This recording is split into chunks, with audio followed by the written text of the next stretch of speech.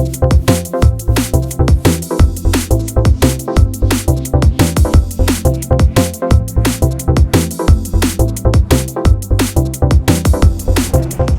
again, everybody, and welcome back to SFF 180. Thomas here, your host as always, and today what I'm doing in this little video is giving you guys a kind of a progress report / update, whatever you want to call it, on the sff180.com website. For those of you newish to the channel, if you're new to the channel in the last few months or the last year or so, you're probably not up to speed on a lot of this, so quick history, so as not to bore all of you. My own personal background as an online SFF book reviewer goes back a while.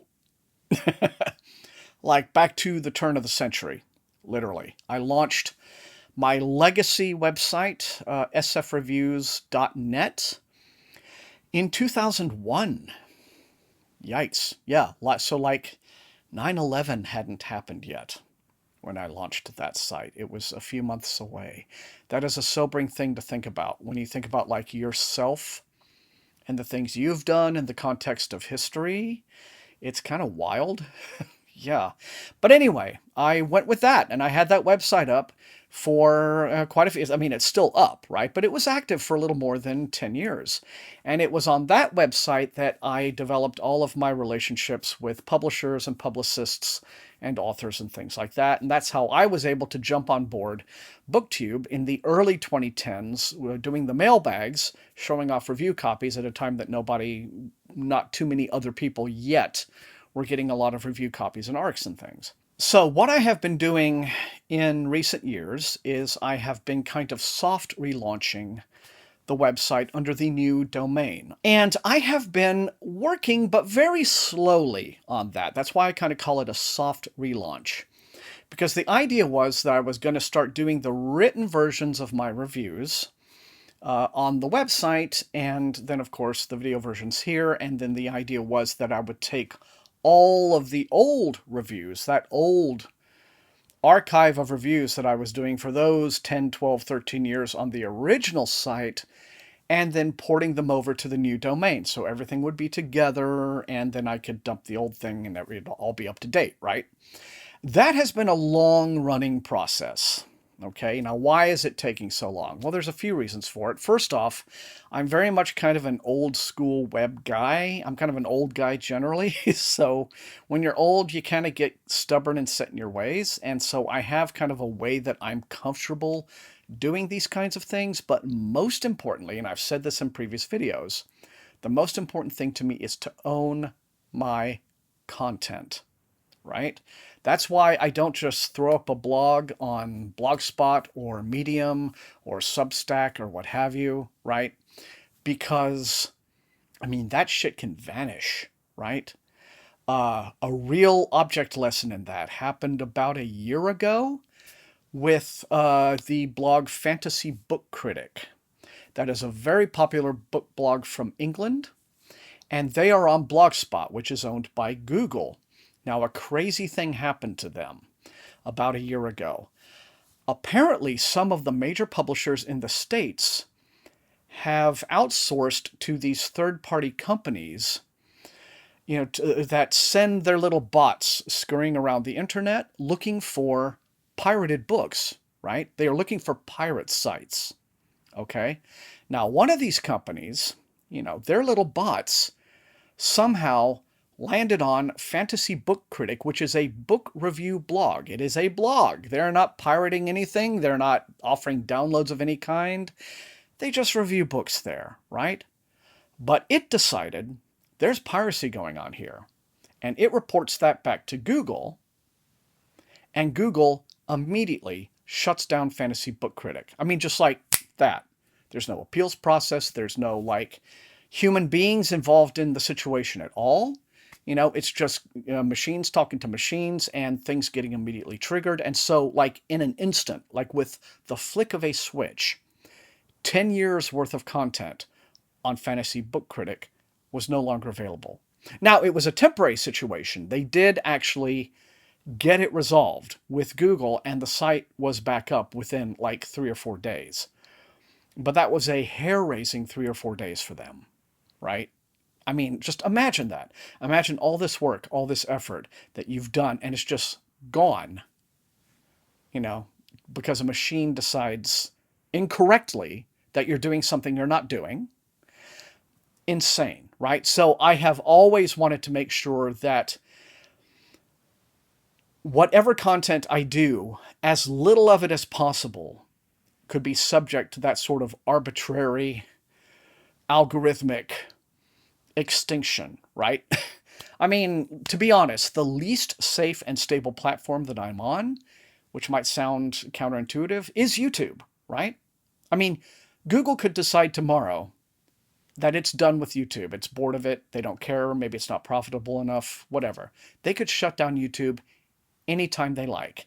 And millions of channels, millions upon millions of videos, so much work done for so many years by so many dedicated creators would vanish into digital vapor. It could happen, right? And one day it probably will happen. Maybe that day is not today or tomorrow.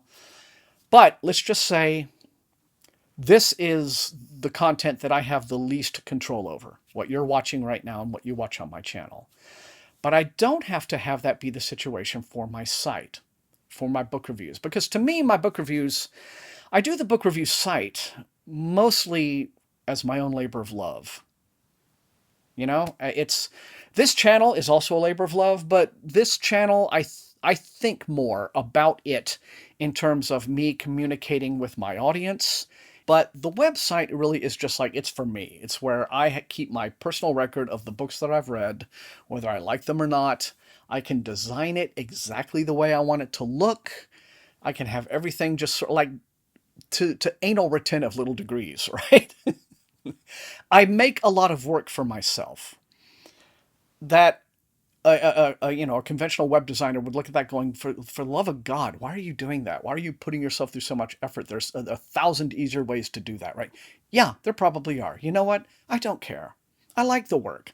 Maybe it's sort of like, maybe it's just how my brain works. Maybe I'm not neurotypical in some ways. I don't know.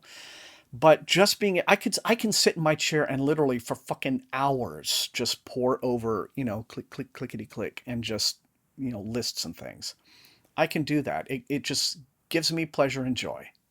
So, and I have been rediscovering that. So, back to the question of why the whole porting old reviews to the new domain thing hasn't been a simple matter of click, drag, or what have you. Well, a lot of that has to do with, first off, I'm going over each and every single individual review and rereading it, and I'm making one of two decisions. First, there are only a very small handful of reviews that I'm deciding to delete forever. Okay. And I usually have personal reasons for that. Maybe I have an author that I no longer wish to support, either positively or negatively. I just don't want to fuck with this one person, right? Very, very few examples of this. Maybe it's amounting to fewer than a dozen reviews out of hundreds upon hundreds upon hundreds that I did. So that's a small factor. But with all the remaining reviews, I'm having to make one of two decisions. First off, do I reread the old book and re-review it? And this might be because maybe it was the first book in a trilogy and I never finished the trilogy, even though I really liked the first book. But in order to finish the trilogy, I've forgotten the first book, so now I need to catch up, and so I got to read something like that, right? Could be that situation. Or it could be a situation where I'm like, I bet if I were to read this book today, my knowledge, my values have changed. I'm older now. I think about certain things differently than I used to. I might have a different opinion on that book. So I'll take that book and I'll set it aside for a reread. I'm in the middle of such a reread right now. In fact, two such rereads right now. And that's very enjoyable too. I'm finding in some cases, yes, I have maybe a subtle difference of opinion here. I still agree with myself on this other detail, but yeah, so that's been actually a very entertaining a very enjoyable situation for me to do. And then on the other hand, I might look at a review and say to myself, yes, I remember very well my experience of reading this book.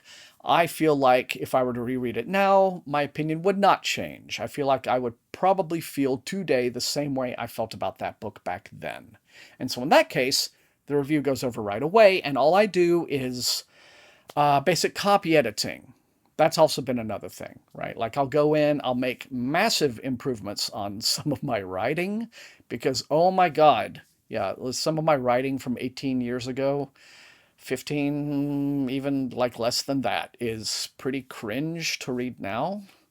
And yeah, and I'm even more harsh on my own writing than I am with most of the books I review. I think that's natural. People are just like that. We are our own worst critics, as the cliche goes, but it's true, right? So I go in and I'll fix stuff technically, reword some things, just improve the writing, and then I will post the old review revised onto the new domain and then get rid of it on the old site. Or I'll post basically, I'll replace the old page with a forwarding page, that kind of thing.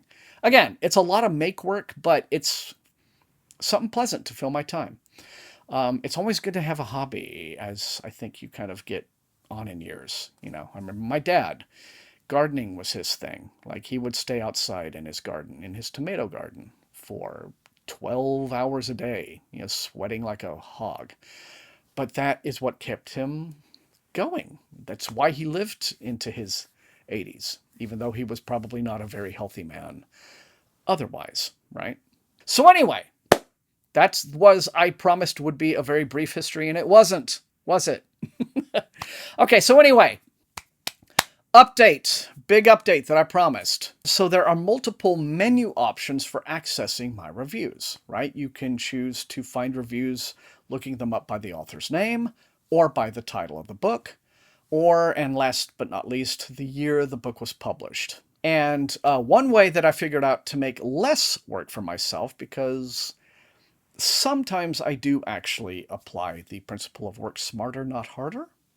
Not always, but sometimes I do. Is I finally figured out, duh, Thomas, you don't have to finish every single book on one of the lists, right? Like, just pick a random letter of the alphabet. Books whose titles begin with R, right? I don't have to do every single review in that category on that list from the old website to be able to get the new list up and running. I just need a few of them, right? Because I've also got newer reviews that can go there. So it's already going to look fleshed out. So if I've got, you know, a letter of the alphabet and there's 60 books on it, and I'm like, oh shit, that's a lot. I don't have to have all of them done. I just need to have enough to get the list going. And then I can add to it over time. Duh, it doesn't all have to be done at once. But sometimes, again, maybe by the way I think, the kind of person I am, I set myself too ambitious a goal to begin with, and then I'm like, Thomas, come on, don't be an idiot. And then I dial it back. So that's what I've done. So, long and short of it is now, most of the letters of the alphabet under the title, search by title categories, are done. Everything here that is a letter in yellow now has a menu up that you can access. You will no longer get a 404 when you go to that menu page, right? The reds, I'm still finishing up. Or at least I'm getting going. And I should hopefully we'll have a lot of those up by the end of the year.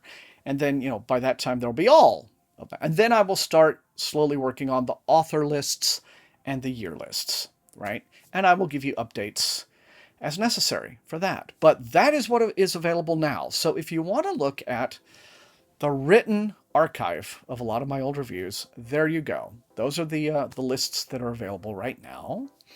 And I'm very pleased to have like this much work done, you know, at least. And there's more to do, but at least the groundwork is there.